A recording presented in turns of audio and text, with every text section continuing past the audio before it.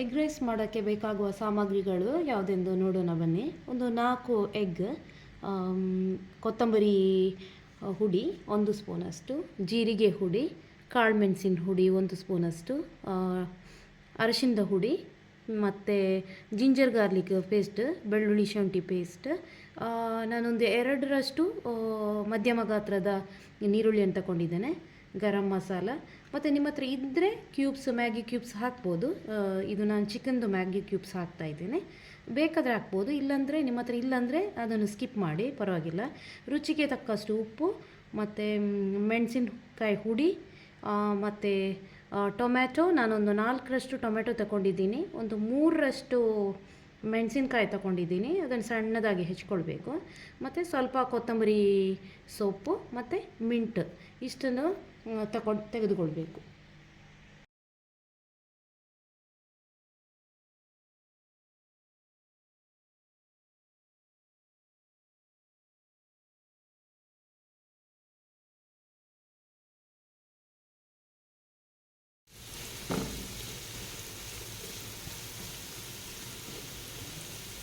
ನೋಡಿ, ಇದು ಈಗ ನೀರುಳ್ಳಿ ಸ್ವಲ್ಪ ಫ್ರೈ ಆಗಿ ಬಂದಿದೆ. ಈಗ ನಾವು ಅದಕ್ಕೆ ಜಿಂಜರ್ ಗಾರ್ಲಿಕ್ ಪೇಸ್ಟನ್ನು ಹಾಕ್ಕೊಳ್ಳೋಣ. ಅದನ್ನು ಚೆನ್ನಾಗಿ ಅದರ ಹಸಿ ವಾಸನೆ ಹೋಗುವ ತನಕ ಫ್ರೈ ಮಾಡೋಣ. ಈಗ ನಾನು ಹೆಚ್ಚಿಟ್ಟಂಥ ಹಸಿ ಮೆಣಸಿನಕಾಯನ್ನು ಸೇರಿಸ್ಕೊಳ್ತಾ ಇದ್ದೀನಿ, ಟೊಮ್ಯಾಟೊ ಸೇರಿಸ್ಕೊಂಡಿದ್ದೀನಿ. ಹಾಗೆ ಇದನ್ನು ಚೆನ್ನಾಗಿ ಫ್ರೈ ಆಗೋಕ್ಕೆ ಅದು ತುಂಬ ಸಾಫ್ಟಾಗಿ ಆಗುವಷ್ಟು ನಾವೀಗ ಇದನ್ನು ಫ್ರೈ ಮಾಡಬೇಕು. ಈಗ ಟೊಮ್ಯಾಟೊಸ್ ಎಲ್ಲ ಸಾಫ್ಟಾಗಿ ಬಂದಿದೆ, ತುಂಬ ಮೃದುವಾಗಿ ಬಂದಿದೆ. ಈಗ ನಾವು ಅದಕ್ಕೆ ಬೇಕಾದ ಹುಡಿಗಳನ್ನು ಸೇರಿಸ್ಕೊಳ್ಳೋಣ. ಮೊದಲನೇದಾಗಿ ಒಂದು ಟೀ ಸ್ಪೂನಷ್ಟು ಚಿಲ್ಲಿ ಪೌಡರ್, ಮೆಣಸಿನ ಹುಡಿ, 1 ಸ್ಪೂನಷ್ಟು ಕೊತ್ತಂಬರಿ ಪೌಡರ್, ಸ್ವಲ್ಪ ಅರಿಶಿಣದ ಹುಡಿ, ಜೀರಿಗೆ ಹುಡಿ,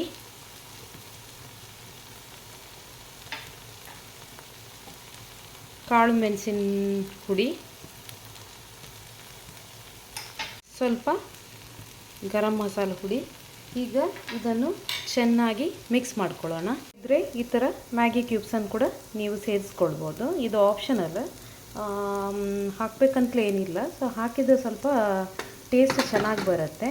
ಈಗ ನೀವು ಹೆಚ್ಚಿಟ್ಕೊಂಡ ಕೊತ್ತಂಬರಿ ಸೊಪ್ಪು ಹಾಗೂ ಪುದೀನ ಸೊಪ್ಪನ್ನು ಸೇರಿಸ್ಕೊಳ್ಳಿ ಮತ್ತು ಚೆನ್ನಾಗಿ ಮಿಕ್ಸ್ ಮಾಡಿಕೊಳ್ಳಿ.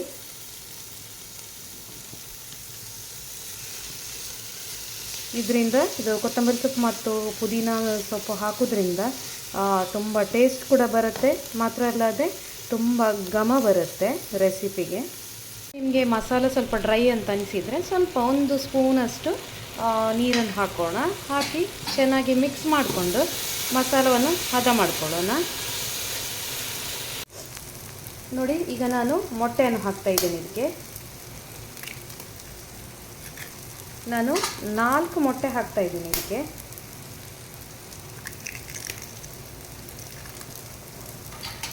ಮೊಟ್ಟೆ ಮೇಲೆ ಸ್ವಲ್ಪ ಉಪ್ಪನ್ನು ಸಿಂಪಡಿಸೋಣ. ಅದರಿಂದ ಮೊಟ್ಟೆಗೆ ಸ್ವಲ್ಪ ಉಪ್ಪು ಹಿಡ್ಕೊಳ್ಳುತ್ತೆ ಮತ್ತು ಟೇಸ್ಟಿ ಆಗುತ್ತೆ. ಈಗ ನಾವು ಎಲ್ಲ ಈ ಮೊಟ್ಟೆ ಹಾಕಿದ್ದೀವಲ್ಲ, ಇದನ್ನು ಚೆನ್ನಾಗಿ ಮಿಕ್ಸ್ ಮಾಡಿಕೊಂಡು ಚೆನ್ನಾಗಿ ಬೇಯಕ್ಕೆ ಬಿಡೋಣ. ಮೊದಲೇ ಮಾಡಿಟ್ಕೊಂಡಂಥ ಅನ್ನವನ್ನು ಸೇರಿಸ್ತಾ ಇದ್ದೇನೆ. ನಾನು ಇಲ್ಲಿ 2 ಗ್ಲಾಸಷ್ಟು ಬಾಸ್ಮತಿ ರೈಸಲ್ಲಿ ಅಕ್ಕಿಯಲ್ಲಿ ನಾನು ಅನ್ನ ಮಾಡ್ಕೊಂಡಿದ್ದೇನೆ. ಸೊ ಇದನ್ನು ನಾನೀಗ ಸೇರಿಸ್ಕೊಳ್ತಾ ಇದ್ದೀನಿ. ಇದನ್ನೀಗ ಮಿಕ್ಸ್ ಮಾಡಿಕೊಳ್ಳಿ. ಹಾಗೆ ಉಳಿದ ಅನ್ನ ಕೂಡ ನಾನೀಗ ಹಾಕ್ತಾ ಇದ್ದೀನಿ. ಸ್ವಲ್ಪವೇ ಹಾಕಿ ಮಿಕ್ಸ್ ಮಾಡಿಕೊಳ್ಳಿ. ಯಾಕೆ ಒಂದೇ ಸಲ ಹಾಕ್ಕೊಂಡ್ರೆ ಸ್ವಲ್ಪ ಮಿಕ್ಸ್ ಮಾಡೋಕ್ಕೆ ಕಷ್ಟ ಆಗುತ್ತೆ. ಆದ ಕಾರಣ ಸ್ವಲ್ಪನೇ ಹಾಕ್ಕೊಂಡು ಈ ಥರ ಮಿಕ್ಸ್ ಮಾಡಿಕೊಳ್ಳಿ.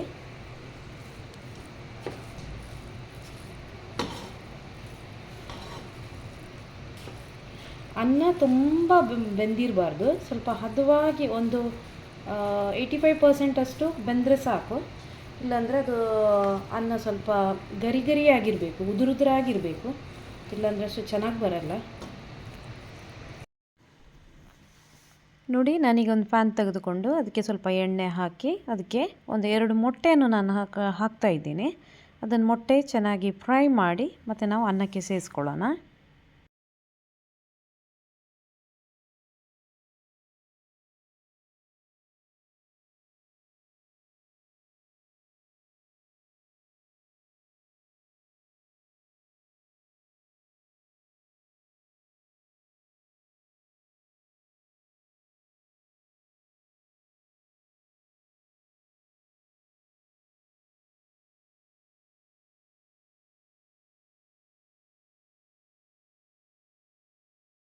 ನೋಡಿ ಫ್ರೆಂಡ್ಸ್, ನಾನು ಇದಕ್ಕೆ ಸ್ವಲ್ಪ ಉಪ್ಪು ಹಾಗೂ ಅರಿಶಿನ ಹುಡಿಯನ್ನು ಸಿಂಪಡಿಸಿದ್ದೇನೆ.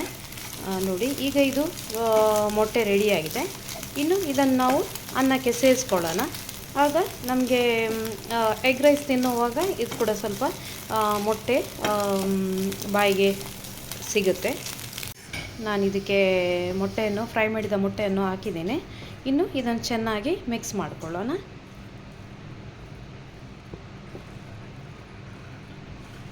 ನೋಡಿ, ಈಗ